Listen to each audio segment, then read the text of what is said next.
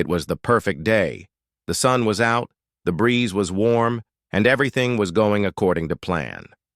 As the CEO of one of the most successful event planning companies in the country, I had seen it all: the extravagant weddings, the high-profile corporate galas, and the charitable events that brought people together for causes that mattered.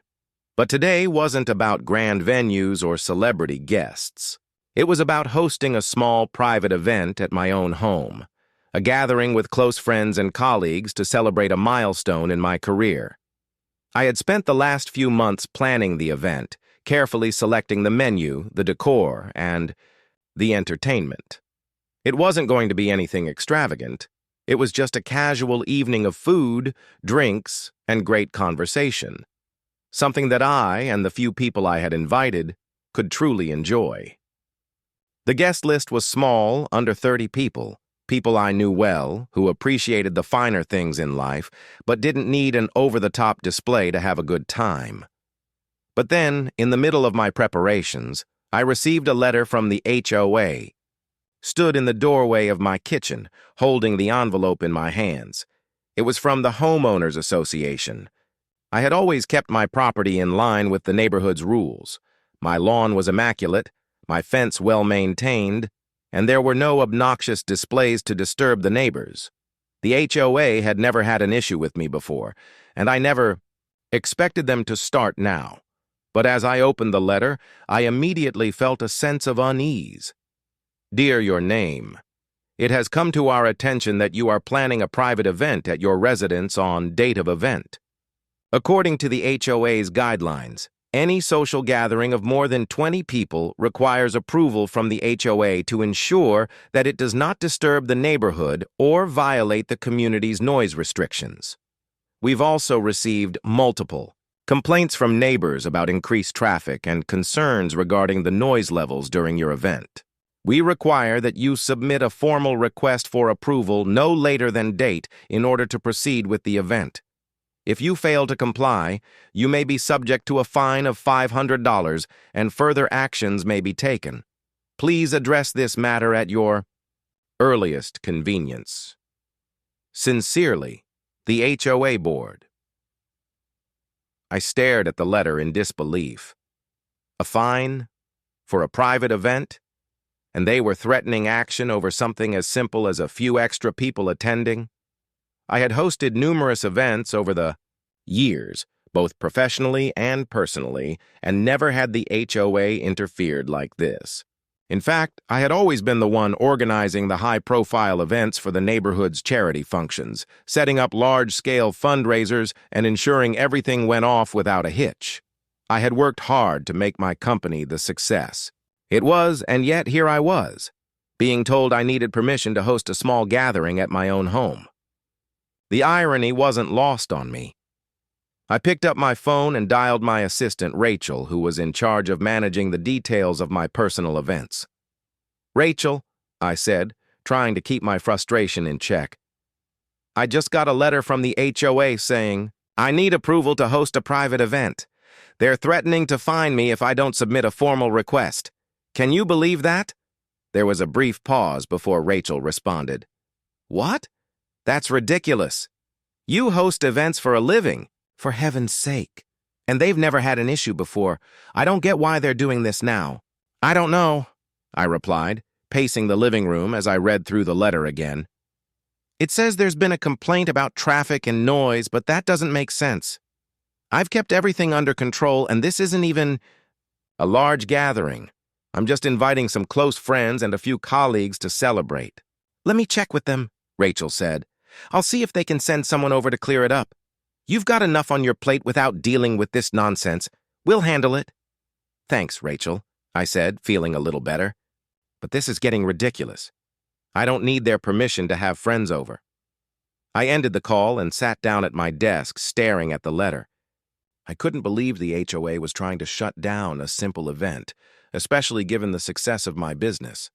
The thought of letting them control what I did on my own property, especially after everything I had done for this community, was maddening. It was time to fight back. I wasn't just some homeowner who could be bullied into compliance. I was the CEO of the country's top event planning company, and I knew how to navigate situations like this. If they thought they could intimidate me into canceling my event, they had another thing coming. I spent the rest of the day organizing my thoughts and preparing for what was to come. If the HOA wanted to make this a public issue, I was more than prepared. I had plenty of experience handling difficult clients, dealing with permits and zoning issues, and ensuring that events went off without a hitch, even when obstacles arose. This was no different. I wasn't going to let some arbitrary rule interfere with my plans, especially when the event was nothing more than a simple gathering of friends. That evening, I sat down at my kitchen table and began drafting a letter. To the HOA, one that would clearly and firmly assert my rights, while also reminding them of the many contributions I had made to the neighborhood over the years. It wasn't just a response to their fine, it was a challenge to their authority. If they wanted to play hardball, I was ready to go toe-to-toe with them. Dear HOA Board, I am writing in response to your letter regarding the private event I am hosting at my residence on date. I am surprised by your sudden concern about this event, as there have been no prior complaints about any previous gatherings I have held, nor have I received any notice that my gatherings have violated any HOA guidelines. As the CEO of a successful event planning company, I have extensive experience managing large-scale events and ensuring they adhere to all necessary regulations.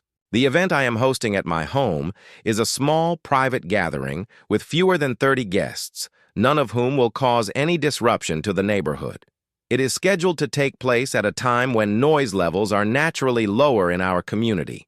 Furthermore, I have been an active participant in local events for many years, from charity galas to community fundraisers, where I have donated my time and resources to benefit the neighborhood. I find it both surprising and disheartening that I would now be faced with this unwarranted interference in a private, non-commercial gathering at my own home. Given the circumstances, I do not believe a formal request is necessary, as the event is well within the HOA's guidelines for residential gatherings.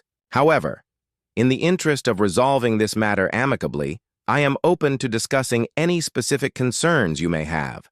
Please let me know how we can move forward in a way that respects both my rights as a homeowner and the HOA's guidelines. Sincerely, your name. I sent the letter the following morning, feeling more confident than I had in days. The HOA was used to dictating the terms for everyone else in the neighborhood, but they hadn't yet realized that they were dealing with someone who knew exactly how to handle these situations. If they wanted to take this further, I was more than ready. As I sat back in my chair, I could already picture the HOA board scrambling to find a way to respond. They didn't know who they were dealing with. The game was on, and I wasn't about to lose. The private event I had planned was happening no matter what. I smiled to myself, knowing that in this fight, I had a few tricks up my sleeve. And the HOA had no idea who they were up against. The next few days were filled with a mixture of frustration and determination. After sending my letter to the HOA, I didn't sit idly by. I knew that they were going to push back, but I wasn't about to let this stand. The event I had planned wasn't just any gathering, it was a celebration of my hard work, of my company's success, and of the people who had supported me along the way. I had earned the right to celebrate in my own backyard without interference from an organization that had no business dictating my personal life. I spent the next day making a list of potential next steps. I was already prepared to host the event, regardless of what the HOA said, but I needed to cover all my bases. As I began to research the HOA's rules more thoroughly, I realized something. They didn't actually have any enforceable restrictions when it came to private gatherings. Under a certain size, especially if the noise levels were kept reasonable and the event was held at an appropriate time. The more I read, the clearer it became that their claims about noise and traffic were based on vague, subjective guidelines rather than concrete rules. The HOA had no real leg to stand on, but I wasn't going to stop there. If they wanted a fight, I was more than ready to give them one. I decided to take a more proactive approach. I needed to show the HOA, and anyone else who might be watching, that I wasn't just going to roll over. I called in some reinforcements. My best friend Samantha, who had a large social media following and knew how to handle a public campaign, and my colleague Jason, who was an expert in event management and had experience navigating permits and local regulations. Together, we would ensure that not only would this private event happen, but it would also become a statement that no one, especially not a small HOA board, could tell me how to run my life or my business. Samantha was all in from the start. "This is going to be epic," she said when I explained the situation. "We'll make sure everyone knows what's going on. If they want to shut down your celebration, we're going to make it.